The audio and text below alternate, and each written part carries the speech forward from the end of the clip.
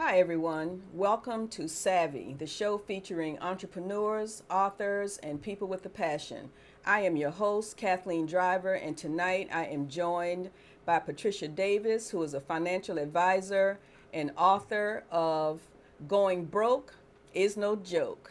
And I'm so excited to hear what Patricia has to share with us tonight from her book.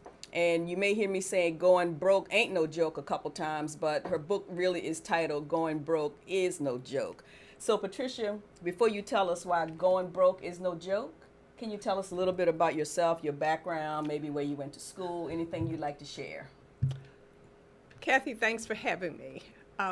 First of all, I'm a native Washingtonian. All right. Shout out to D.C. Born and bred, Spring Garden High School, graduated from Howard. Shout out to Howard University. Then headed west, did graduate work in the Bay Area at Stanford. Okay. Got an MBA at Stanford. Then did a personal financial master's. But I spent most of my life in the corporate world. Okay. And along came the last corporate buyout when I said, I'm tired of making money for corporations. I want to help everyday people learn the rules of the game. Okay. So I left corporate America and set out to try to do just that. Okay, well, good. Well, thank you for sharing your expertise with us. And I know you have a few books, and we may talk about some of the other ones, but I really want to talk about why going broke is no joke. So let's show everyone your book. And so this book, again, is called Going Broke is No Joke, and it's 52 money tips everybody should know, and it's by my guest, Patricia Davis. So Patricia, tell us why you wrote this book and about what topics are covered here in this book, Going Broke is No Joke. I wrote the book for a couple of reasons. I was born of a mother who was a young widow with 5 children who made us learn the rules of the money game. We begged her not to teach us, just give us money. She said, no, we're going to be okay, but you're going to do money my way. Right. And again, we thought she was mean and stingy and sometimes crazy, though we didn't have the nerve to say that. Of course not. But she insisted that we learn these rules. And she said to us, one day you'll thank me. I am teaching you lessons to last a lifetime. Okay. And they have. We all learned how to manage our money. And I know a lot of other people didn't have what we now know was a benefit. Mm-hmm. As we got older, we realized how right she was and how strong a person she was. She said, even though she was a widow and doing things on her own, we're going to be okay. Right. But you're going to do Right. money my way. But it was because of good money management. It was because of her money management, and we didn't understand it again. So she had all these sayings, and every time we would say something, fool is money is soon parted, money spent is money gone, and on and on and on. And they may not have been original with her, but they were the things that she taught us. She put us on allowances, and that's how we learned how to manage money. She said, I work for the federal government. I get paid every other Monday. I know when I get paid how long it'll be before I get some more. If I run out of money before payday, the Labor Department does not care. Right, exactly. And they give me no more money. Right. So that's the same thing I'm telling you. Your nickel, your dime, your quarter, whatever it is you get, you can spend it all today. You can save it all today. But if you run out of money before payday, I don't care. You get no more money. If you run out of money before payday, you're short. You just get no more Right, money. you get no more money, you're And short. I used to say to her, well, Mama, Michelle's mother gives her, do I look like Michelle's mother? So that was the story. So we learned, we didn't know the term budget, but we knew the term allowance. And we knew that that was what you get. And I know that there are people who don't have those lessons. And I am trying to pay it forward. That's why I'm doing what I'm doing. So the byline or the subtitle is 52 money tips. So why did you choose 52? Is it because there's 52 weeks in the year and we get a different tip to apply every week? So tell us about the 52 money tips everybody should know. It was number 52 wasn't a real long discussion, but I thought one a week was Okay, it's practical. Was good enough. But we do need to learn some tips about how to manage our finances. And the first thing that I tell people is to understand your own financial value system. What does having money mean to you? What do you want it to do for you? And what are you willing to do to get it to make whatever it is you want to do work. So don't try to keep up with the Joneses. And unfortunately, now in the internet days, keeping up with the Joneses has become a much broader. It's a much broader spectrum. Right? Absolutely. Yes, it is. Yes, Absolutely. It is. I mean, so that could be good and it can be bad, but you know, like you said, when you're trying to keep up with the Joneses, there's so many more Joneses now that we see to keep up with, right? It used to be the people across the street. It used to be the people you saw in your physical interaction, but now it extends beyond our physical interaction. It's, you know, our social interaction. Well, you go on Facebook and you see everybody traveling, going to restaurants. Yes, I had not even thought of that, but you're exactly right. You know, keeping up with the Joneses now is like exponential. So yes. So get back to your 52 money tips. And what are some of them in the book? One of the things people always ask me about is retiring. And what do I do to prepare for retirement? And one of the first tips, if you're preparing for retirement, especially if you don't have your retirement plan already done, is to set a retirement budget. Okay, so what does that mean? What does it mean when you say, if you and I were, we are having this conversation, and you're telling me to set a retirement budget, what does that mean? That means think about how you want to live in retirement, where you want to live, again, how you want to live, and you've got to find out the cost of living that life that you are saying that you want to live. Because it costs differently. The cost of living is different in different areas, in different states. There's some states who don't tax your retirement income, right? Yes. So, I mean, I know several people who have moved to, I think it's only like 5 states, right? It's 9 states? Yes. Okay, so there's more than I thought and what I knew about, but that's good to hear. But 9 out of, 50 states is not a lot, so. But in addition to going to different states, there are different parts of the country that just cost more to live in. You may find when you work these numbers that living in San Francisco is not doable, but living in Raleigh, North Carolina is, because the cost of living is less. Right. But the reason I tell people to do a retirement budget is that becomes your roadmap. And that old saying, know where you're going or any road will take you there, is very important. You have got to set out your expected retirement income and your expected retirement outgo and run those numbers, ins and outs and ins and outs. And you've got to set it within the parameters, so your expenditures are within the parameters of your income. Right. You won't know that unless you put it down on paper. And people think doing a budget means just writing down 1 month what it is you're going to spend that month. That's not a budget. I'm talking about a long-term look, at least a 12-month look at what it is you expect to spend. According to statistics, 54% of baby boomers have not had started saving for retirement. Wow. That's over half. Can you say that percentage again?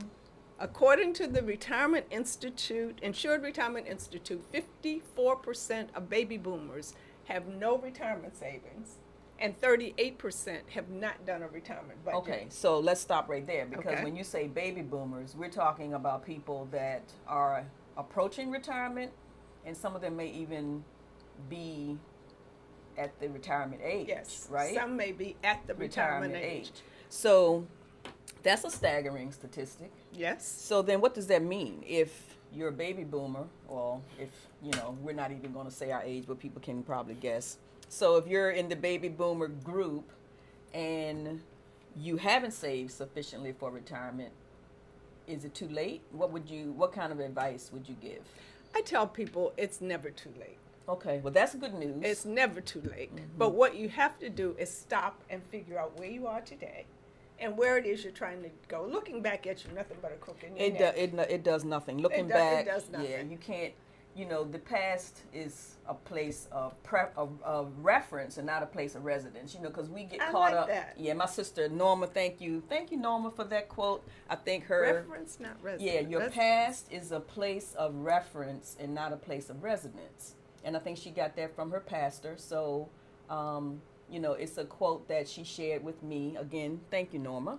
And I try to live by that, because you're right. If you look back, if you keep saying, oh, I woulda, shoulda, coulda, then you get stuck in the Right. woulda, shoulda, coulda. Right. So I mean, touch it and feel it for what it is, and but then if you need to get into bed and cover your head up over it for a minute, then do that. But then you got to come on out of those Push covers forward. and push forward. Yes.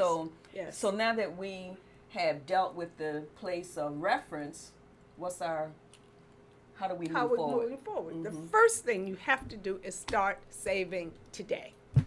Not tomorrow, not next month, Like- after I come back from this cruise. Like right now, Like right? absolutely Okay. right Now. Make Okay. saving non-negotiable. And make it a priority. Make it absolutely a priority. And so would you agree that, and I'm going to use the word aggressive, and if that's not the right word, then you as a financial advisor can correct me, but I'm thinking if you're in your 50s and you haven't saved for retirement, now it's time to be a little bit more aggressive, it is right? It is time to be a lot more aggressive. Okay. If you're in a job where you get bonuses, forget bonuses. When you get your bonus, that goes into your savings. You've done without it all this time, you can do without That's the a bonus. good point.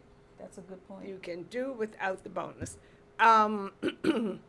You have to think about it when you put together this budget. How can I get control of the spending? What are some things that I can do to cut back? And in the book, I talk a lot about, I have a chapter on job loss, for example. And in that chapter, I talk about ways to get through this difficult time.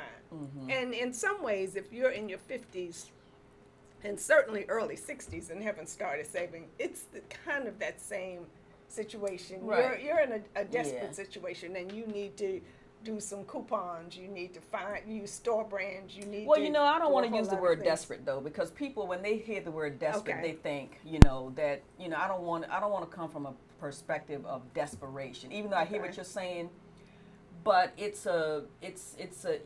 critical, right? Critical. I like that word. Yeah, better. it's a Okay. critical situation because people, when they hear the word desperate, it almost seems like it's hopeless. They're But it's not defeated. hopeless, right? Yes. Yeah, they Yes. have hope. And you said that. No matter how old you are, it's never too late. So it's just a matter of changing a few things and stepping up your game and, being a lot more aggressive about how you save and how you manage your money. And so, is there a way, and we're gonna take a commercial break in a minute or two, and I'll say when we're going to commercial break. But I want you to think about something, and we can talk about it when we come back. Is there a way to manage, that aggressive saving and budgeting, but still have a good quality of life? Now I know, I'm not going to go to Starbucks every day because, I need to. Like as you said and as you advised, I need to manage my money a little bit differently. But, I don't want to get to a place where, I'm just saving money and I'm not enjoying living. So I want you to think about that a little bit. And we're going to take a commercial break and we're going to come back and hear what you have to say about that. Yes, ma'am. Okay.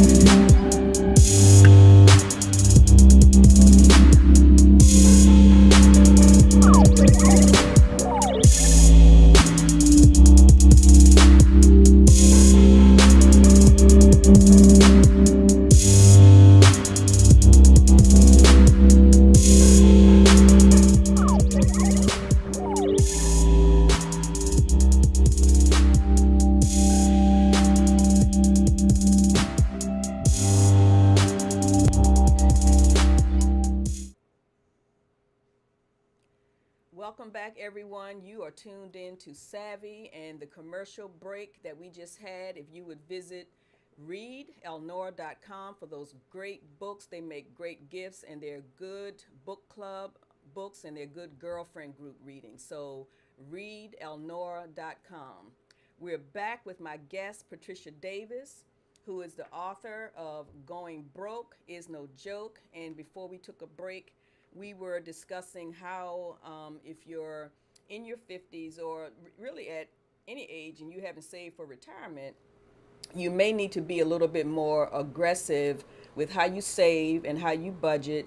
And I presented Patricia with a little bit of a challenge question of how do we do that, which, is critical and it's important for us to do that, particularly, the age group that we were discussing. We were talking about the age group of baby boomers, people in their 50s that are either approaching retirement or they're already at retirement age and, perhaps have not saved enough. And Patricia had an example of someone who had not saved anything and reached that age and is now trying to prepare for retirement. So one of the things Patricia shared was, again, we have to be a little bit more aggressive now with our savings and our budgeting in order to meet our retirement goals. And my challenge question to her was, how do we do that and still enjoy and have a quality of life that doesn't make us feel like all we're doing is budgeting and saving money? So what say you, Patricia? What say me?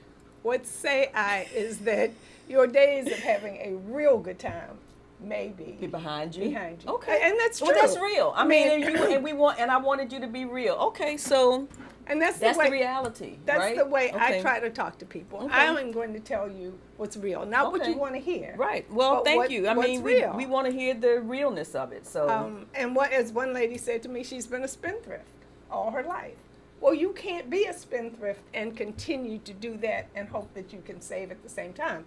It doesn't matter how much money you do make, but you've got to put aside some of that money and be very serious about it. Okay. If you're over 50, now again, a lot depends on how much your income is.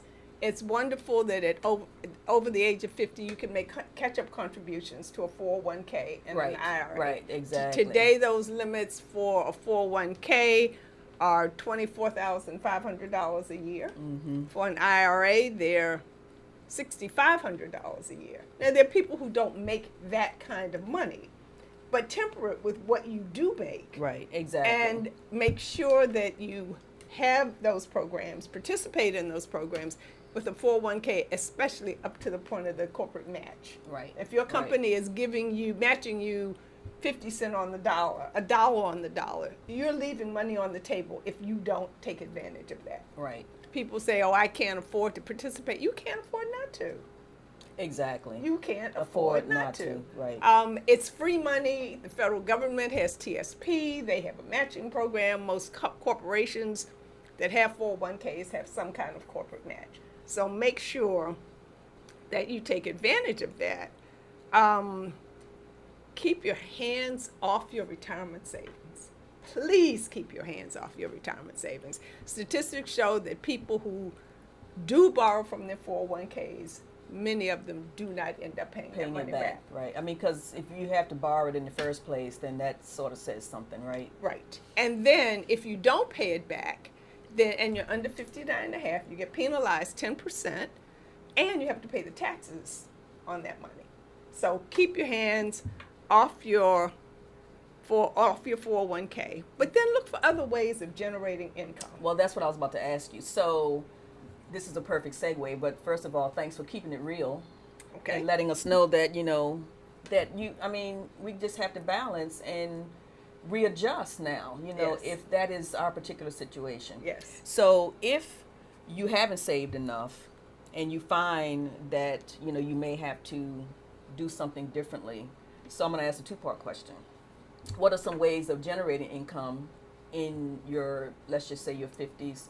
And then what are some good income opportunities for people, that have already retired or, need to come back into the workplace or, need to supplement their retirement income somehow? That question may sound like a two-parter, but the answers are still the same. Very much the same. Okay. If you are looking for ways to enhance your income or generate income because you come out of the workforce, the chapter in the book again on what to do when the paycheck stops tells you a lot of that. There are jobs, fun jobs. If you're out of the workforce and don't want a real job, you can be a website tester. You can be a survey taker. You can be anything that generates some money. I have a relative who was a dog walker. I hate dogs, but she loves them. So that was fun that for was her. something that so she it did. probably didn't feel like work for her because it was she was doing something that she loves. She was doing something that she really enjoyed.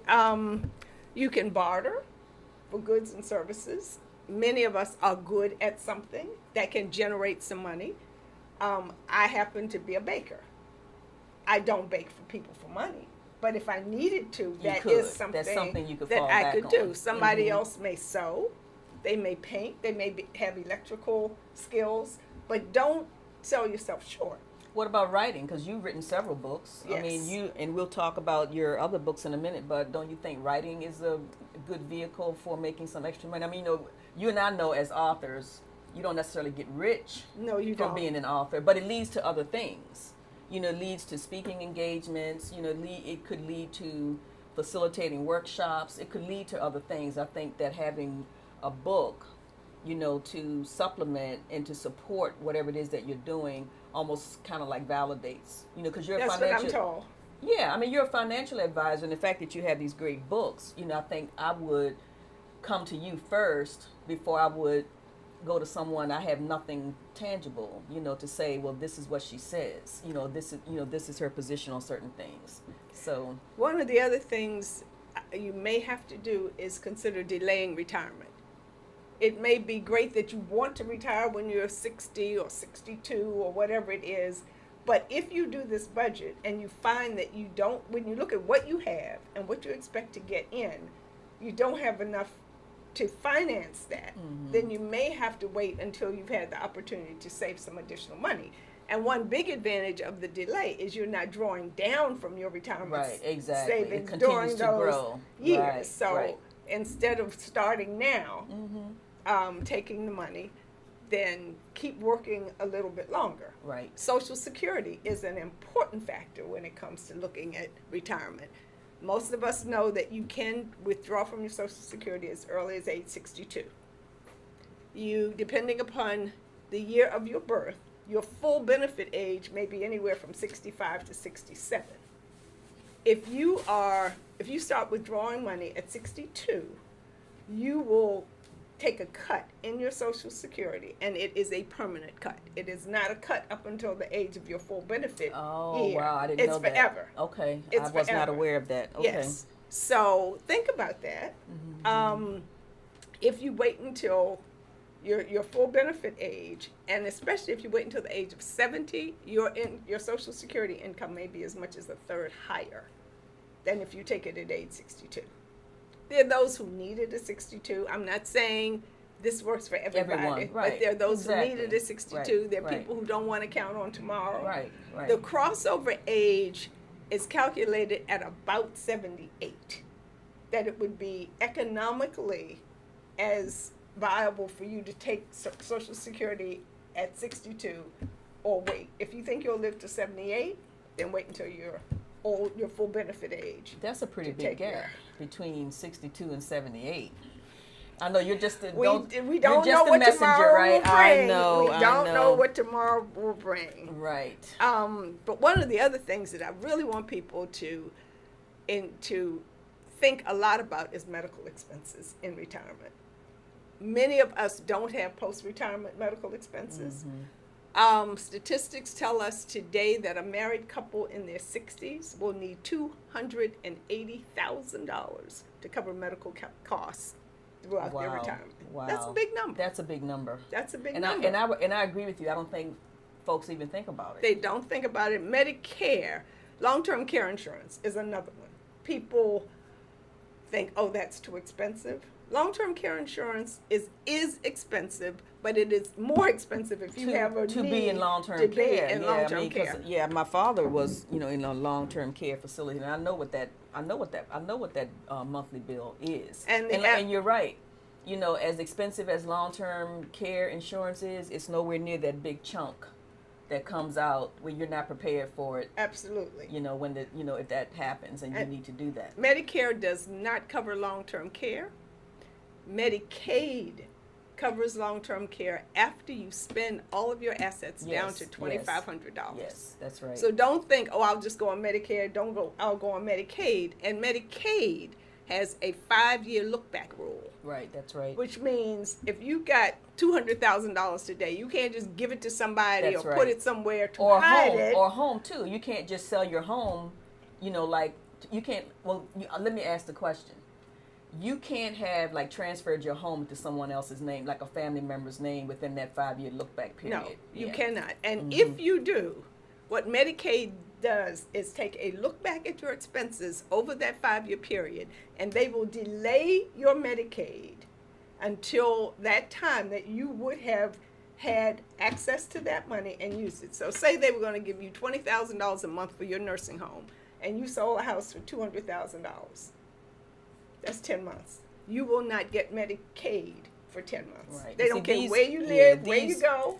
Yeah, this is information that folks don't know until they're faced with the situation. No. So, Patricia, before we run out of time, because you have so much information, but tell folks where we can get your books, and you have 3 books, so would you mind just giving us a brief description of all 3? We've already talked about Going Broke Is No Joke, and that's 52 money tips everybody should know. Can you tell us about your other books? The first book is called Mimi, Money, and Me. Mimi was the mother I talked about, who was the widow.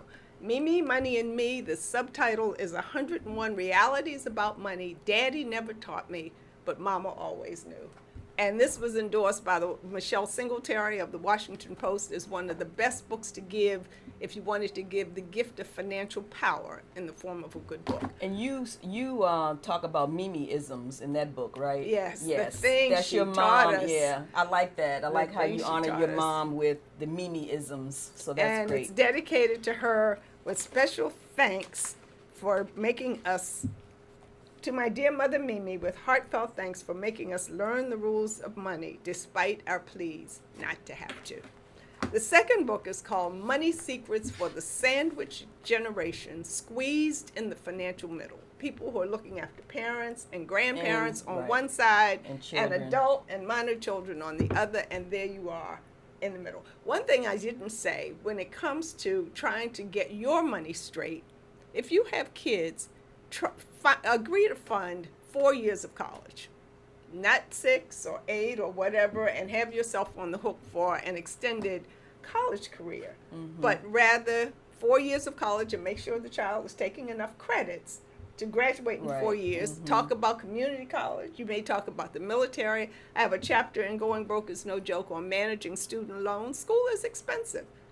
But you've got to still be prepared to take care of yourself and free your children from the burden of having to take care of you. Right. I agree with that. And so, Patricia, we can get your books on Amazon? Amazon, or on my website, www.yourmoneywiz.com. yourmoneywiz.com. And I've got a Facebook page, this Davis Financial Services, and I would love it if you'd give me a like. Okay, and can people get in contact with you there for one-on-one financial advice and everything, and to follow up on some of this great information you shared with us tonight? And there's no stigma attached with getting help. No, this is not something, for the most part, that we're learning in school. Unfortunately, only 17 states require personal financial education as part of their high school curriculum. And I think it should be in every high school curriculum. So reach out to somebody. Don't suffer in silence. There are people, not just me, but there are lots of people around who are more than willing and able to help.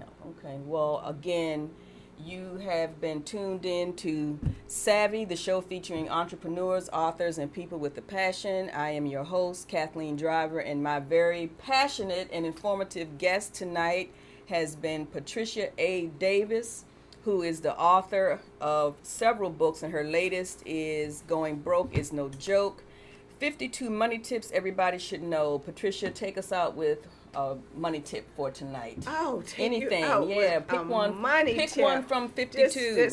You got 52 tips in that book. Oh, geez, 52. Can can I just live off my credit cards and then pay those bills when I'm employed again? No. No. You cannot. You heard it here. You cannot. You heard that here. Thanks, everyone, and good night, and we'll see you next week on Savvy. One lady said, well, they just have to understand. I said, no, they don't. You have to understand. They don't have to understand. Are we done? I think so. We didn't turn green. We'll see what happens. He'll let us know. Well, Kathy, you know what? I have to tell you, Wait, you let's make are